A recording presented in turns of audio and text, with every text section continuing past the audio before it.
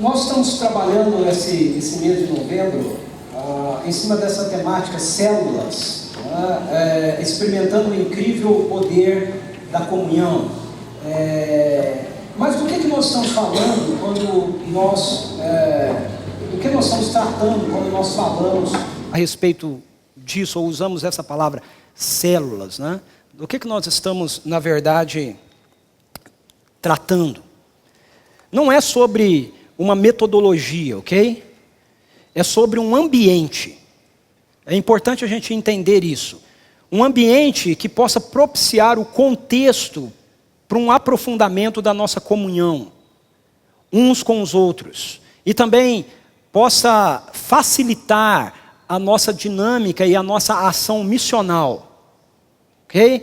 É muito importante que a gente compreenda que sem uma ação intencional da nossa parte, nós não vamos aprofundar a nossa vida de comunhão, de intimidade, seja com Deus, seja uns com os outros. É nessa dimensão que a gente precisa entender o que a gente está chamando de células, ok? Não é meramente uma metodologia, mas é um ambiente.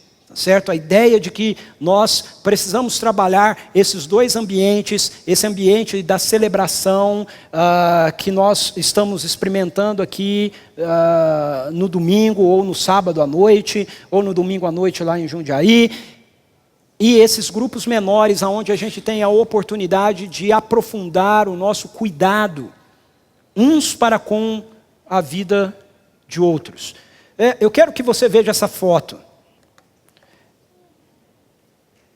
Sabe de onde é essa foto? Exatamente, essa foto, se você não fez ainda um tour assim, depois que terminar aqui o encontro, você faça um tour ali por detrás, e você vai ver que a gente tem uma parreira aqui atrás. Ok? Essa é a nossa parreira de uvas. E o que é interessante é que nós ficamos com essa parreira 1 ano, e ela não desenvolveu, ela não cresceu. Aí, um dos nossos diáconos, ou alguém que agora eu não me lembro mais, disse assim, a gente precisa fazer uma treliça. Não é? E aí fez uma treliça, entre uma parte e a outra. Não é?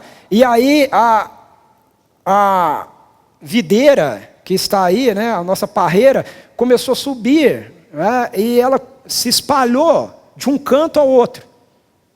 E se você for lá agora, você vai ver que está cheio de cachos de uvas. E tem algumas aqui no canto, mais para cá, mais no canto esquerdo, que já estão ficando roxas. Não panhe, ok?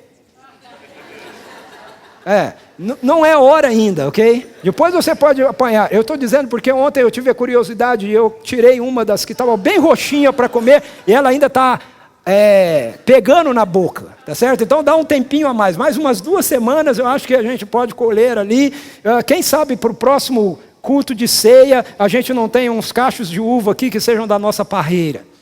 Agora veja, para que ela pudesse se desenvolver, para que ela pudesse dar frutos, ela precisou de uma estrutura, ela precisou de uma treliça.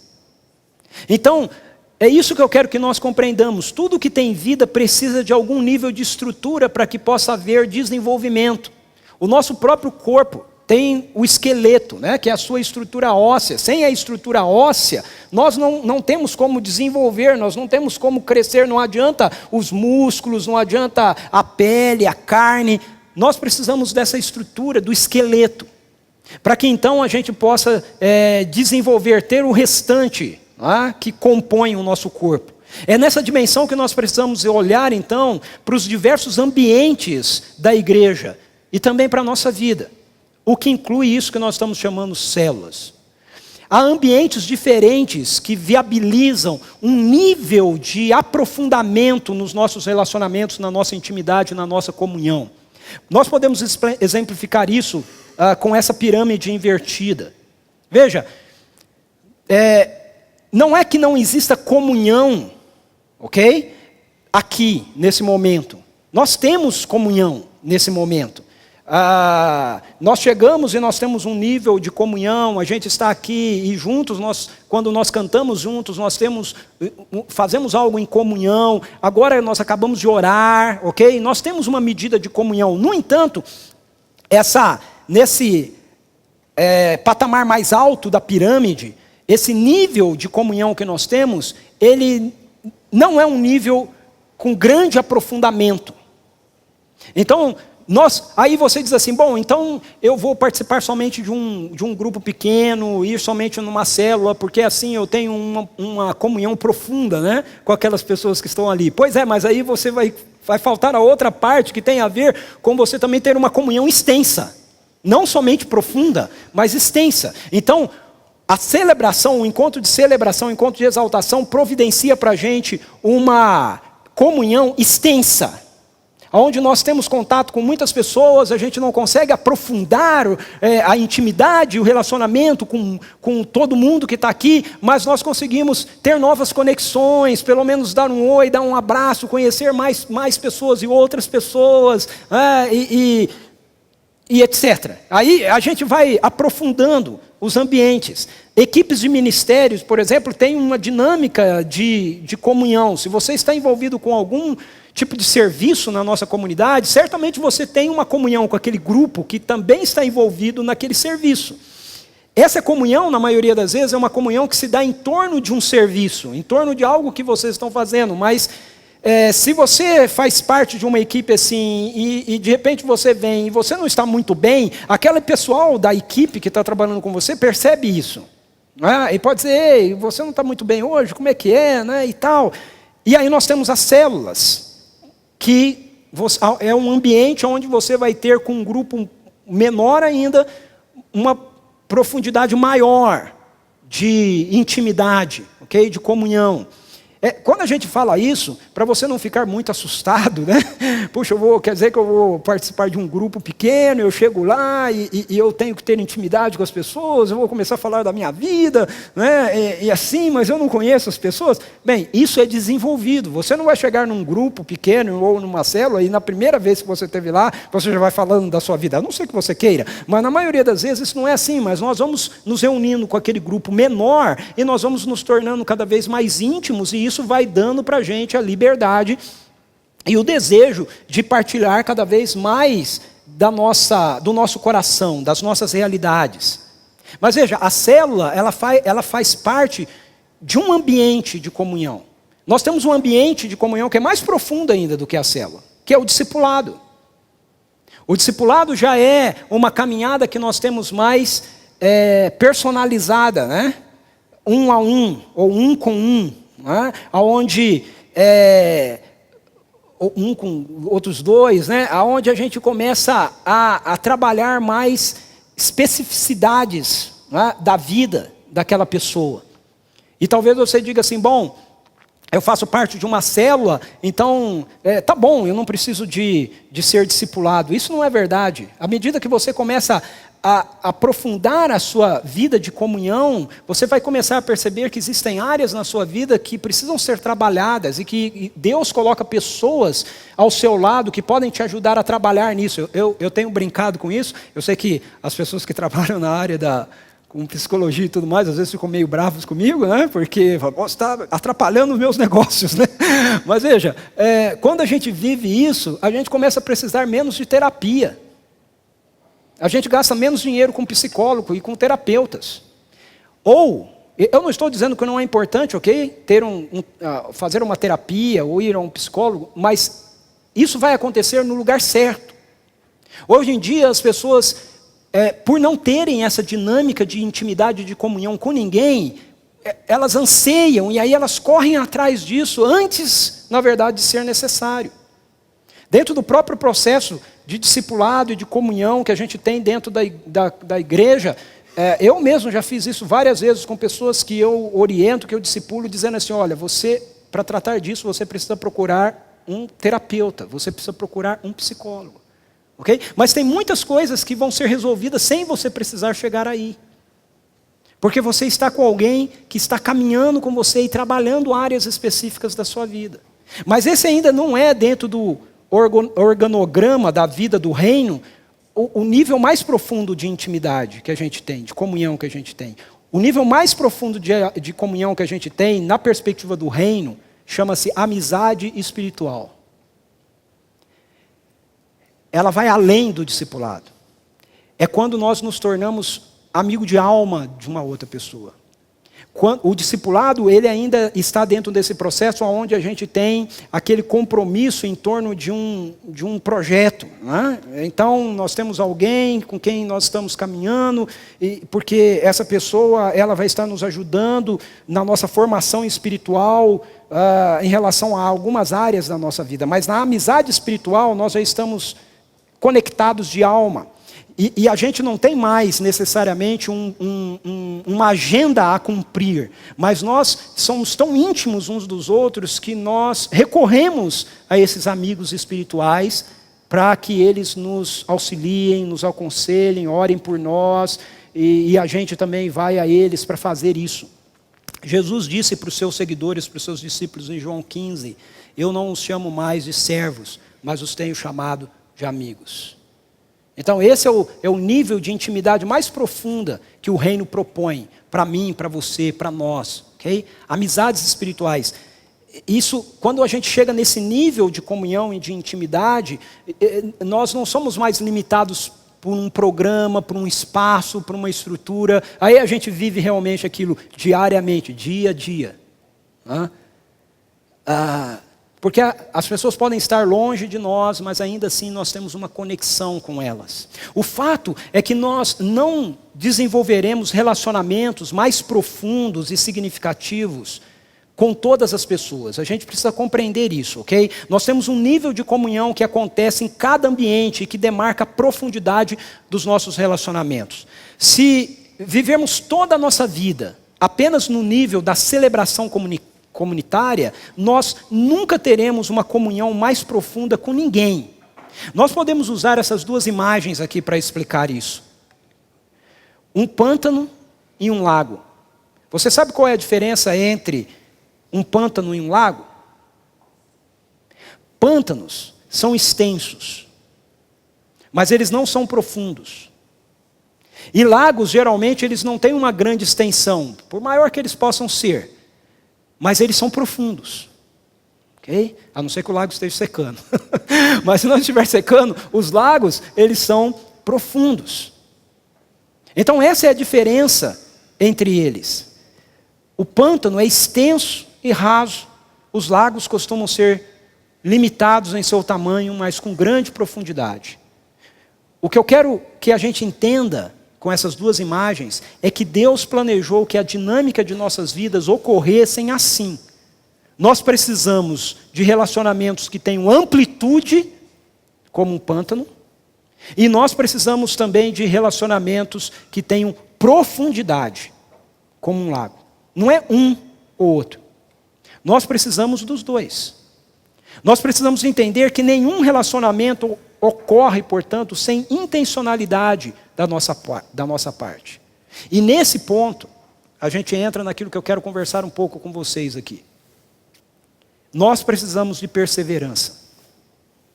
Nós vivemos em uma cultura que opta pelo descartável.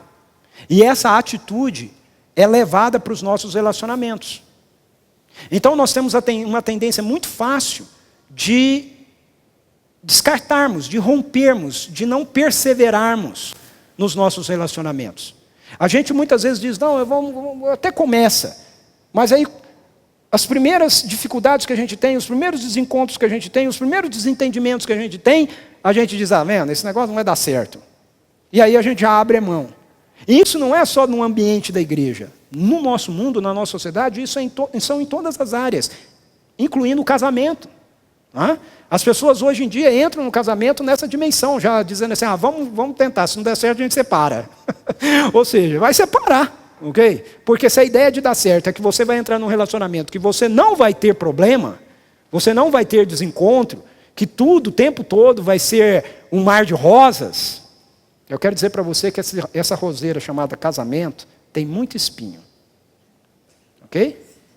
Tem muito espinho. Então você precisa estar ciente disso. E isso tem a ver com todas as dimensões relacionais da nossa vida. nosso trabalho, e isso tem a ver também com o ambiente da igreja. A proposta então do Evangelho é que nós sejamos perseverantes. Quero que você grave essa palavra hoje. Perseverantes na construção dos nossos relacionamentos. Isso precisa ser aplicado ao nosso relacionamento com Deus também.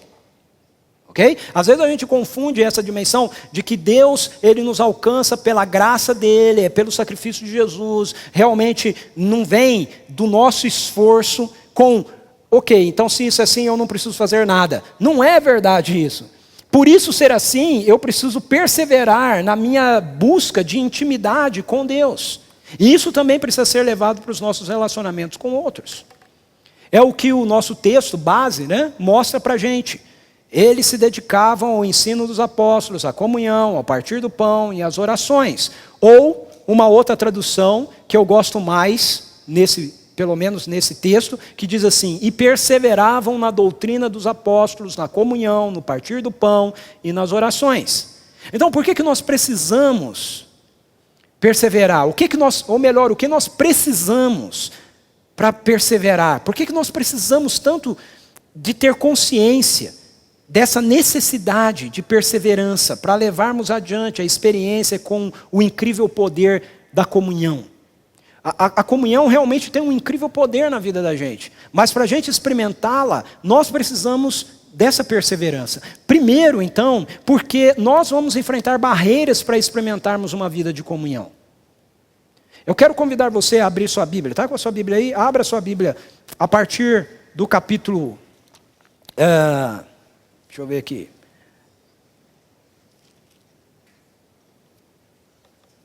A partir do capítulo 4 do livro de Atos. Labra ou Lígia. Se ligar, mantém no vibracal, hein? Porque eu vou dar uma passeada com você, ok? Na história de Atos agora. A gente sempre fala muito sobre essa experiência de Atos 2, que é o início da vida da igreja em Jerusalém. Mas como ela se desenvolveu? Ok? Quando a gente olha para o livro de Atos, como base para a gente olhar essa questão da comunhão que havia entre eles, a gente vai perceber pelo menos 3 barreiras que eles tiveram que enfrentar e que podem nos impedir de experimentar o incrível poder que existe na comunhão. A primeira barreira é essa barreira do egoísmo. Veja, Atos 4:32 diz assim: da multidão dos que creram, uma era a mente e um o coração. Ninguém considerava unicamente sua coisa alguma que possuísse, mas compartilhavam tudo o que tinham. Nessa altura da narrativa do livro de Atos, a igreja dos primeiros seguidores de Jesus já era composta por uma multidão. O texto de Atos, capítulo 4, verso 4, nos informa que a igreja estava composta agora em torno de 5.000 pessoas. Na verdade, 5.000 homens. O texto diz assim, mas, olha aí na sua Bíblia, 4:4, mas muitos dos que tinham ouvido a mensagem creram, chegando o número dos homens que creram a perto de 5.000.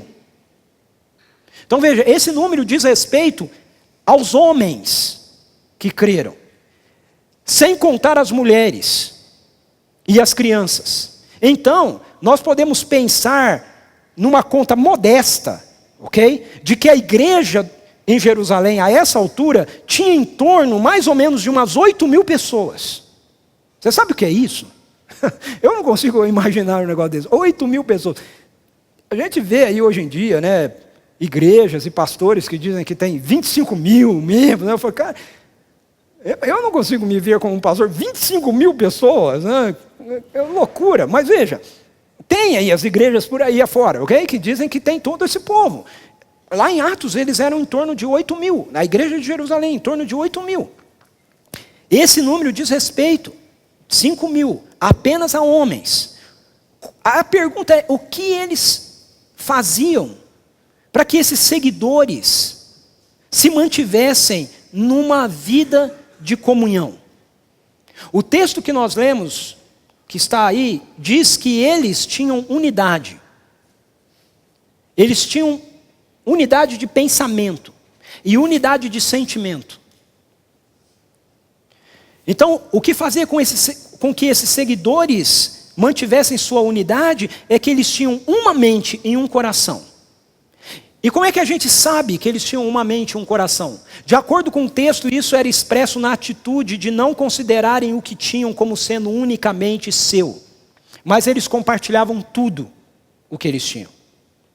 Isso, portanto, nos mostra que no estilo de vida daqueles primeiros seguidores de Jesus, o altruísmo era um fator importante para a preservação da vida do evangelho na igreja.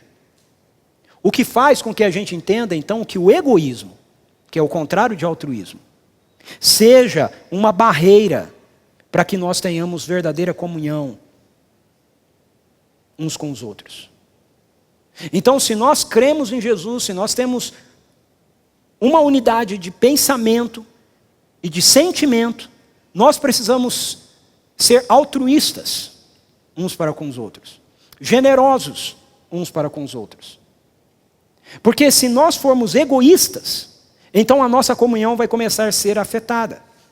Agora, isso é um desafio para nós, não é? Porque nós estamos vivendo esse desafio da vida do reino, imersos numa cultura de egoísmo. A nossa cultura diz, são as nossas coisas, são os nossos bens, é o nosso tempo, a nossa casa, o nosso dinheiro, as nossas necessidades. Hoje, eu fiz um jejum essa semana, ok? Um jejum de Facebook. É verdade. Eu fiz um voto sábado passado para Deus, dizendo, eu não vou ler nada no Facebook durante toda essa semana. Eu vou entrar apenas na minha página pessoal e escrever o que eu tiver que escrever, e eu não vou ler mais nada. Sabe por quê? Eu estava ficando na carne com esse negócio. Eu entrava no Facebook, lia umas coisas relacionadas à política, e aí eu lia umas coisas escritas pelos evangélicos que me deixavam mais doido ainda. Aí eu estava ficando irritado, nervoso, bravo. Aí eu comecei a escrever já assim umas coisas que não estavam vindo mais do Espírito, estava vindo era de mim mesmo, né? Já com vontade de bater nos outros. Eu falei, você quer saber uma coisa? Eu não vou. Eu falei, Deus, no sábado passado, Deus, durante essa semana eu não vou ler nada no Facebook. Tanto que eu fiquei surpreso, na quinta-feira no seminário, é que eu fiquei sabendo de questões maiores sobre o negócio da França e tudo mais. Eu não estava nem sabendo nada disso. Eu falei, meu Deus, o que está acontecendo? O mundo está acabando e eu não fui informado, né? E tal. Mas eu não me arrependo disso. Mas aí acabou a semana, acabou o voto, e aí eu voltei a dar uma olhadinha. E hoje pela manhã, quando eu fui entrar e dar uma olhada nos feeds de notícias, eu fiquei angustiado por ver evangélicos, ok, desculpa, eu tenho que botar entre aspas aí, ok, nesses evangélicos, porque as atitudes não expressam muito esse negócio do evangelho. Alguns escrevendo e defendendo a ideia de que a gente tem que orar pela situação da França, e outros achando um absurdo você orar pela situação da França quando teve um atentado também na Líbia, na Síria, não lembro mais aonde, que matou mais gente do que na França e ninguém estava falando de nada de lá, e outros dizendo, peraí, mas a gente tem que orar por Mariana. Eu falei, ó, eu escrevi na minha página, eu não acredito que eu estou lendo isso. Gente, é o ápice do egoísmo, ok? Nós temos que orar por todo mundo, está todo mundo sofrendo, é todo mundo a mesma realidade, não importa se foi na Síria, Líbia, França, se é em Mariana, onde é. Mas a gente tem, o mundo traz essa ideia para a gente, não, são nossas coisas, nossas situações, nossos sentimentos. Egoísmo. Por isso, nós não podemos ter uma experiência poderosa com a comunhão se o egoísmo estiver presente. O nosso problema é que nós somos centrados em nós mesmos, e a vida que Jesus Cristo nos traz, mediante o Evangelho, é uma vida que nos leva para fora de nós mesmos. Ok? A vida que o Evangelho traz para a gente em Jesus é uma vida que tira-nos de nós mesmos. Uma vida que nos leva em direção ao outro. Viver à luz do Evangelho é viver dispostos a trabalhar para que nossa vida não atrapalhe a crescente comunhão das pessoas com Deus e umas com as outras. Veja, o apóstolo Paulo diz assim, nada façam por ambição egoísta ou por vaidade, mas humildemente considere os outros superiores a si mesmo. Nós precisamos usar tudo o que temos para facilitar esse processo. E isso inclui a nossa casa, o nosso tempo, os nossos bens e tudo mais. Uma segunda barreira que eles lidaram é a barreira da vaidade. Um homem chamado Ananias, com a sua mulher Safira, eles venderam uma propriedade que eles tinham. E eles retiveram parte do dinheiro para si mesmo. E aí, quando eles entregam a outra parte do dinheiro, Pedro revela para eles que ele sabe o que eles fizeram. Ananias agiu assim em comum acordo com a sua mulher. Olha aí, os versículos 5, capítulo 5, leva a sua Bíblia para o capítulo 5, versículo 1. Diz assim: um homem chamado Ananias, com Safira, sua mulher, também vendeu uma propriedade. Ele reteve parte do dinheiro para si. Sabendo disso também sua mulher, e o restante levou e colocou aos pés dos apóstolos. Por que eles fizeram isso? Eles fizeram isso porque o texto nos diz, no capítulo 4, versos 36 e 37, que um outro homem, chamado José, havia vendido um campo e tinha dado todo o dinheiro para os apóstolos. O texto diz assim, José, capítulo 4, versos 36 e 37, José, um levita de Chipre, a quem os apóstolos deram o nome de Barnabé, que significa encorajador, vendeu um campo que possuía, trouxe o dinheiro e colocou aos pés dos apóstolos. Na prática de compartilhar tudo o que tem, esse homem chamado Barnabé vendeu provavelmente o único campo que ele tinha, pegou todo o dinheiro e colocou lá para os apóstolos. O texto então em seguida nos diz que Ananias e Safira também trouxeram um valor referente a um campo que eles venderam e colocaram aos pés dos apóstolos. Contudo, eles não colocaram diante dos apóstolos o valor real da venda do campo. E a consequência disso no texto bíblico é que eles, ambos, Ananias e sua esposa, caíram mortos diante de Pedro. Qual é a questão aqui? A questão não é o que a gente vê aí sendo ensinada por um monte de igrejas de teologia da prosperidade, ok? A questão não é que você tem que vir e trazer todo o dinheiro que você tem e dar para a igreja. Não é essa a questão. A questão não é que nós temos que dar tudo o que nós temos. A questão é que nós não devemos ser vaidosos. Para a gente entender por que Ananias e Safira caíram mortos, a gente precisa entender que a questão relacionada a Ananias e Safira, quanto ao campo que eles venderam e ao dinheiro que eles deram, não é que eles não deram todo o dinheiro, mas é que eles deram parte do dinheiro como se fosse todo o dinheiro. Pegaram aí? Então, dá licença de eu imaginar um pouco aqui, ok? Eu fico imaginando que talvez a conversa deles deve ter sido assim: você viu tudo que aquela igreja está falando do Barnabé? Só porque ele vendeu aquele campinho dele e deu aquele dinheiro do campo para a igreja. Agora todo mundo está fazendo um estardalhaço como se ele tivesse feito uma coisa maravilhosa. Campinho mal situado. Nem pegou uma boa grana no campo. Sabe, se a gente vendesse um dos terrenos que a gente tem, e a gente desse metade do valor, a gente já estaria dando mais do que o Barnabé. Eu acho que quem falou isso foi o Ananias, ok? Aí a Safira falou, mas bem, então vamos fazer, por que a gente não faz? Porque o homem só faz quando a mulher concorda, não é? Então quem deve ter falado foi o Ananias, e a Safira deve ter concordado. E aí eles venderam.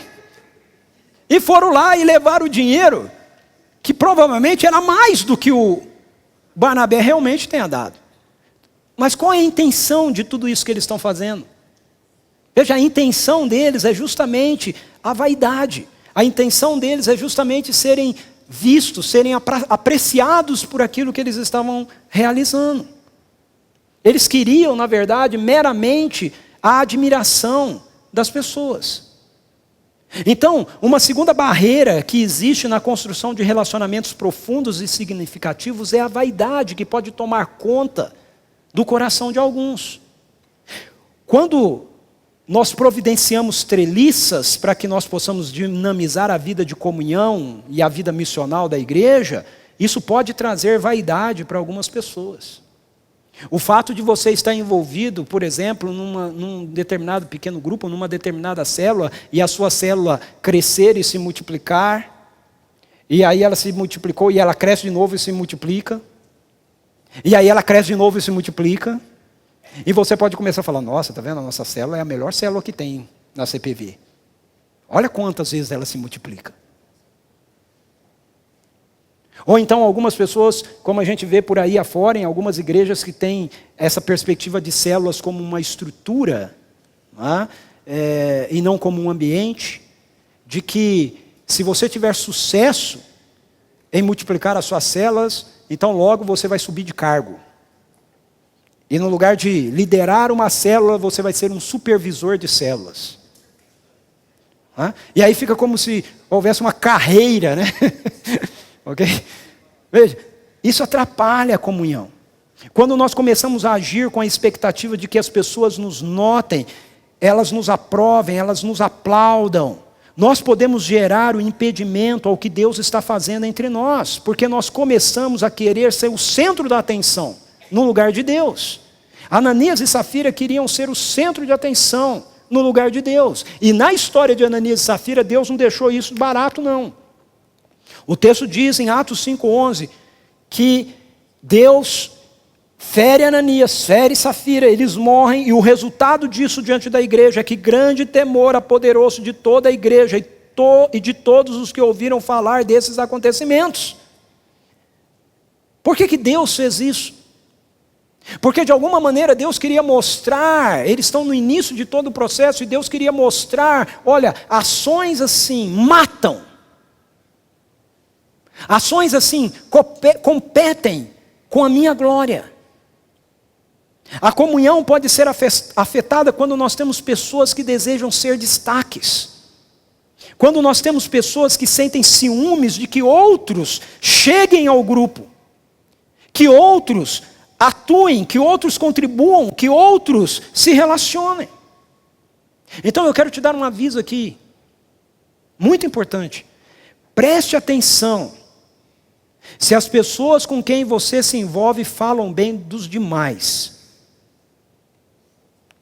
se o que elas têm a dizer a respeito dos outros é positivo, se o seu relacionamento com pessoas te estimula a amar mais outras pessoas, te estimula ao pântano, ok? Quando pessoas começam a falar com você, e o que gera em seu coração é um desânimo em se relacionar com outras pessoas, gera em você uma postura de exclusão para com relacionamentos que você estava tendo, ou te faz parar com novos relacionamentos, tome cuidado. Isso não vem de Deus.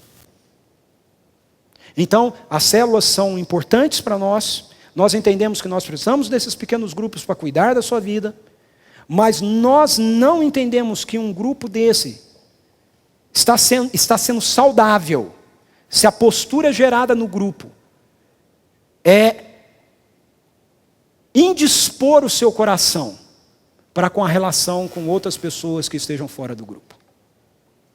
Deu para entender? A gente precisa cuidar disso.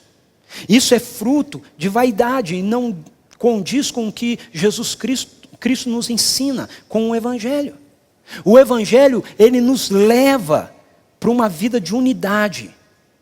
Que embora precisemos de espaço de lagos para aprofundamento da nossa intimidade com alguns, sempre vai nos dispor para acolher novos relacionamentos. Um número cada vez maior de pessoas nos dispõe para o pântano. Por isso nós desejamos que as células se multipliquem. e que elas cresçam. Não é uma multiplicação por uma questão operacional, não é? Por uma questão de cumprimento de meta. É uma multiplicação porque nós entendemos que o que a gente quer é que mais e mais pessoas se relacionem. E como mais e mais pessoas não dão para se relacionar dentro de um mais profundo, dentro de um núcleo assim, esse núcleo precisa se expandir. A palavra de Deus nos diz em Hebreus 13:1, seja constante o amor fraternal. Constante. Uma terceira barreira que eu quero compartilhar aqui rapidamente com você, então, que aquela igreja enfrentou para o desenvolvimento da sua comunhão, é a segregação. Naqueles dias, diz o texto de Atos 6:1, crescendo o número de discípulos, os judeus de fala grega, então leva a sua Bíblia lá para o capítulo 6 agora. Os judeus de fala grega, entre eles, queixaram-se dos judeus de fala hebraica, porque suas viúvas estavam sendo esquecidas na distribuição diária de alimentos. É importante a gente entender que até esse presente momento, todos os que haviam se rendido ao Evangelho eram judeus. E tinham dois grupos, os judeus de fala hebraica e os judeus de fala grega, que eram os judeus que haviam sido dispersos e que haviam vindo para a festa de Pentecostes e com o derramamento do Espírito resolveram ficar ali. A igreja em Jerusalém, de acordo com o texto aqui, continuava crescendo. E agora eles têm um grande problema de comunhão. Algumas viúvas estão sendo deixadas no cuidado. E o conhecimento sobre isso não chega imediatamente aos apóstolos. Então, são situações que começam a acontecer na vida de uma comunidade, de uma igreja, quando ela começa a crescer. Problemas começam a surgir e no começo os problemas surgem e chegam logo a mim, aos pastores, aos presbíteros. Mas aí a igreja continua crescendo e a gente começa a ter problema que demora a chegar para o conselho. Quando a gente fica sabendo, já foi 1 mês, 2 meses. Isso estava acontecendo com eles. A maneira que a igreja lida com isso é um atestado de como eles estavam perdendo a dimensão da sua comunhão. Por quê? Porque o texto nos diz que aqueles que estavam à frente dessa tarefa de suprir a necessidade das viúvas, simplesmente estavam deixando algumas viúvas de fora. Ou seja, a leitura que a gente tem que fazer das entrelinhas é o seguinte: começou a crescer o número de seguidores, começou a aumentar também o número de viúvas. E aí já não tinha mais cesta básica, né, para tudo quanto é viúva. E aí o que eles resolveram fazer? Bom, vamos assistir umas viúvas e vamos deixar outras de lado. E quais as viúvas que a gente assiste? Vamos assistir da nossa turma. Vamos assistir as que são de vinhedo. Vamos deixar as de Valinhos de fora. Ou então vamos assistir as que são de Valinhos. Vamos deixar Jundiaí de fora. É isso mais ou menos que está acontecendo entre eles. Quem é que estava ficando de fora? Aquelas que não representavam o grupo dos que tinham a tarefa de distribuir os recursos. Como é que a gente sabe disso? Porque quando os apóstolos vão resolver o problema, eles dizem assim: escolham entre vocês 7 homens, verso 3, capítulo 6, 7 homens de bom testemunho, cheios do Espírito Santo e de sabedoria. Passaremos a eles a tarefa e nos dedicaremos à oração e ao ministério da palavra. Aí a pergunta que você tem que fazer para o texto é: escolha entre vocês quem? Entre aqueles que vieram reclamar. Quem que veio reclamar? Os judeus de fala grega.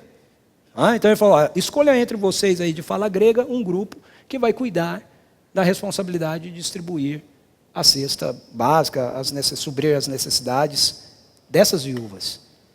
Então uma realidade que o Evangelho aponta o tempo todo na Bíblia é que a segregação é uma expressão da nossa rebelião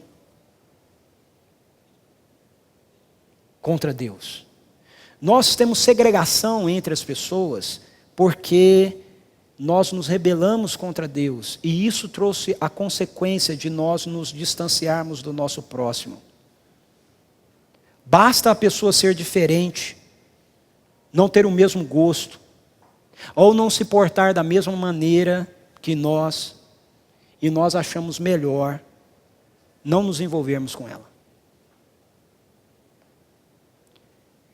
Isso é pecado. Mas isso acontece muitas vezes na nossa vida, como igreja. Essa pessoa não gosta da mesma marca de roupa que a minha. Não gosta de frequentar os mesmos lugares que eu. Não fala as mesmas coisas que eu falo. Então, eu a deixo de lado. Fazer acepção de pessoas, excluindo pessoas do nosso métier, é um pecado que gera barreiras ao processo de comunhão que deve ser aprofundado na vida da igreja. Quando nós formamos panelinhas em torno de nós, quando nós fazemos escolhas por relacionamentos que se baseiam nos nossos pontos de vista e não na redenção que o Evangelho proporciona entre nós, quando nós somos afeitos a alguns, mas nós fazemos questão de manter outros afastados de nós estamos criando sérias barreiras à comunhão. Tiago, capítulo 2, versículo 1, diz assim: meus irmãos, como crentes em nosso glorioso Senhor Jesus Cristo, não façam diferença entre as pessoas, tratando-as com parcialidade. Então, nós precisamos de perseverança porque nós vamos ter que enfrentar essas barreiras.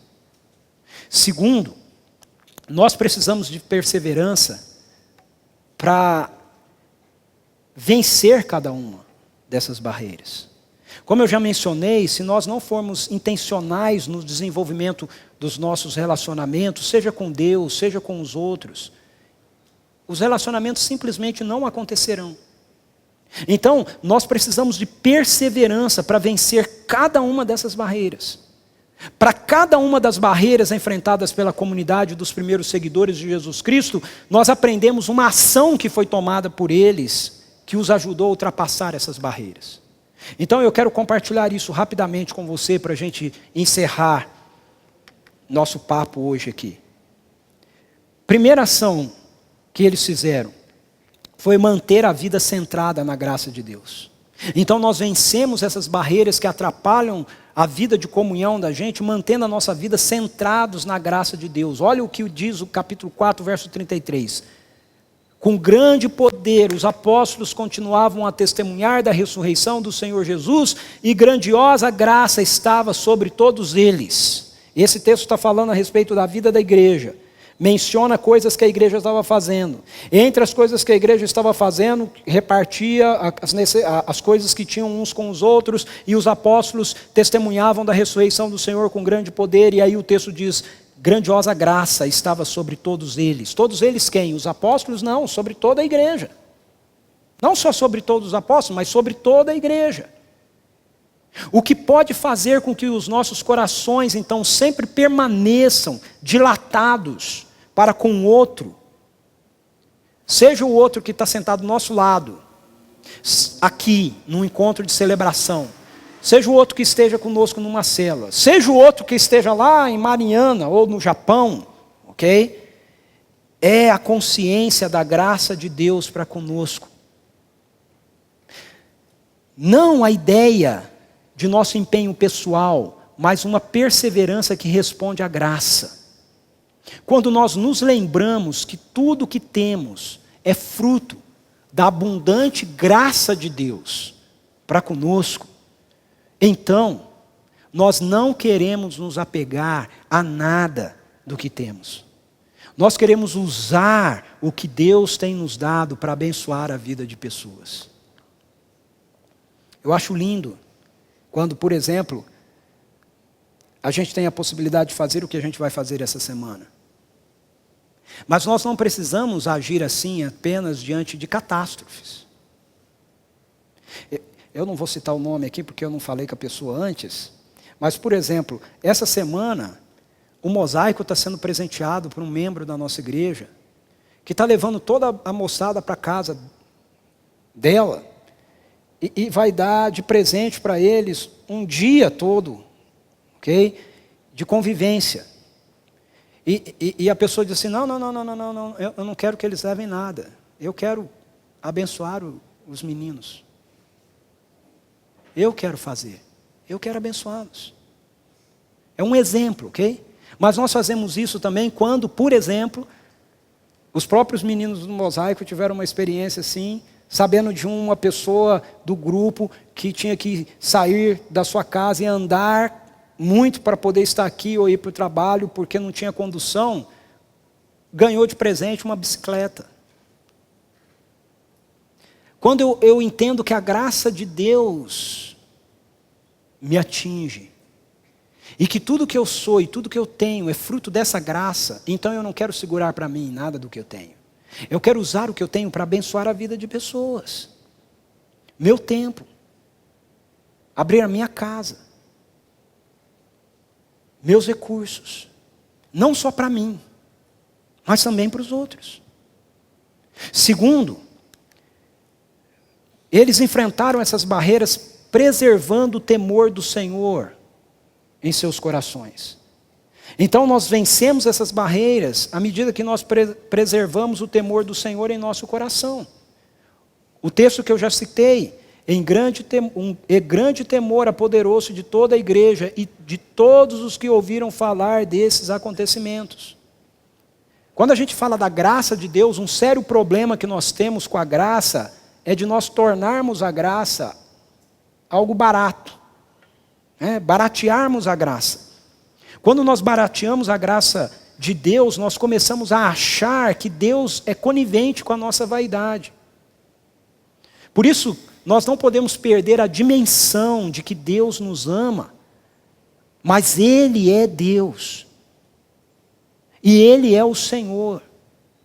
E por isso nós precisamos levar a sério a Sua palavra e a direção que a Sua palavra dá para o nosso viver. Ananias e Safira não levaram a sério isso. E Deus os corrigiu. Nós precisamos levar a sério. A graça de Deus precisa inundar o nosso coração de reverência e temor para com aquilo que Ele nos orienta na Sua palavra. Terceiro e último, eles enfrentaram as barreiras mantendo a centralidade da sua vida no Evangelho. Nós enfrentamos essas barreiras à medida que nós mantemos a centralidade do Evangelho na nossa vida. Olha o verso 42 do capítulo 5. Todos os dias, mesma frase de Atos 2, 42. Todos os dias, por sinal é verso 42 também, né? Que é fácil de gravar. Todos os dias, no templo e de casa em casa, não deixavam de ensinar e proclamar que Jesus é o Cristo. Eles continuavam a perseverar na mesma prática e na mesma dinâmica. Olha aí no texto, templo e de casa em casa. Todos os dias. Mas qual é a ênfase que é dada no que eles fazem quando eles se reúnem? Agora a ênfase é dada em que eles se concentram no ensino e na proclamação do Evangelho. Mesmo entre eles. Este é o ponto mais importante. Nossa comunhão não é gerada por estruturas. Nossa comunhão é gerada pelo Evangelho. Quando todos nós estamos comprometidos com o Evangelho, quando todos nós estamos sedentos do Evangelho, então nós desejamos comunhão uns com os outros. Quando isso não é assim, não adianta, pequeno grupo, célula, qualquer outro nome que você queira dar, não vai haver comunhão. Vai haver por um tempo, vai haver até um certo limite, para que haja essa realidade, seja na celebração, seja nas equipes de ministério, seja nas células, sejam no discipulado, seja na amizade espiritual, nós precisamos ter em cada coração um profundo anseio pelo Evangelho. Veja que a solução que os apóstolos deram para a questão da segregação, a última barreira que a gente mencionou, foi que eles precisavam concentrar ainda mais o ministério deles na palavra. É interessante isso. Eles falam que é para procurar entre eles aqueles que possam servir à mesa das viúvas, mas os apóstolos antes dizem assim: por isso os 12 reuniram todos os discípulos e disseram: não é certo negligenciarmos o ministério da palavra de Deus a fim de servir às mesas. Porque uma das primeiras coisas que muitas vezes acontece na dinâmica da nossa vida, como povo, como igreja de Deus, é quando a gente começa a enfrentar algumas situações, é a gente pensar assim: espera aí, o pastor podia cuidar disso, né? Veja, mas a questão é, uma igreja enfraquece em todas as suas dimensões quando isso que acontece aqui no domingo enfraquece. Quando o púlpito fica fraco, quando a palavra começa a se tornar leite misturado com água, quando começa a ficar rasa, todas as outras dimensões na vida da igreja são afetadas. Então, para que haja gente servindo às mesas, para que haja o contexto adequado para um aprofundamento de comunhão sadia, nós precisamos ter aqueles que se dediquem com integridade e intensidade ao ministério da palavra de Deus, ao ensino e à pregação. Nossa comunhão só será genuína, só vai ser uma parreira que nessa aí, ó. Isso aí é uma foto verdadeira. É uma parreira de uva lá na Armênia, ok? Num bairro da Armênia. Nossa comunhão só será genuína se ela for construída em torno do Evangelho. Aí nós vamos ter uma treliça, celebração e células, que irá providenciar uma grande quantidade de frutos. O que a gente vai fazer com isso aí na nossa vida? Vou fazer 4 desafios para nós encerrarmos. Primeiro desafio: dedique tempo semanal à sua relação com Deus através da leitura da Bíblia e da prática da oração. Leia as Escrituras. Transforme isso num hábito na sua vida. Não precisa ser todo dia, se você não consegue, mas tem que ser a maior quantidade de dias que você consiga. Ok? Não é legalismo. Ai, não li hoje, oh, meu Deus. Mas Deus, eu desejo. Segundo, procure se informar a respeito das células que estarão funcionando ao longo dessa semana para que você se integre a uma delas. Ok? Na verdade, ao longo da outra semana, que é quando a gente vai começar. Essa semana a gente ainda vai ter uma reunião com o pessoal de líderes e tudo mais. Mas a partir da outra semana nós vamos começar. Procure se informar, comece a perguntar, comece a pesquisar. Okay? Terceiro, faça uma lista de amigos ou parentes que não se renderam ainda ao amor gracioso de Deus. Escolha um deles e comece a orar por ele, pedindo que Deus o salve. Ore pessoalmente, nominalmente. E último desafio: relacione com intencionalidade com essa pessoa. E comece a convidá-la para ir à célula que você estiver frequentando. É chamá-la. Vamos lá. Ou para vir aqui. Vamos comigo lá. Tem sido especial na minha vida. Tenho certeza que vai ser especial na sua vida também. Vamos orar? Feche seus olhos, curva a sua cabeça. Senhor, em nome de Jesus, nós sabemos que existem barreiras para nós vivermos a comunhão do reino. E nós queremos pedir pelo poder do Teu Espírito, nos capacitando, assim como capacitou a igreja lá nos primórdios em Jerusalém, a ultrapassarem aquelas barreiras. Também a estarmos ultrapassando as barreiras que surgirem entre nós, para que possamos de fato desfrutar de uma vida de intensa comunhão que se desenvolva numa dimensão missional, para a honra e glória do Teu nome. Amém. Amém? Nós só vamos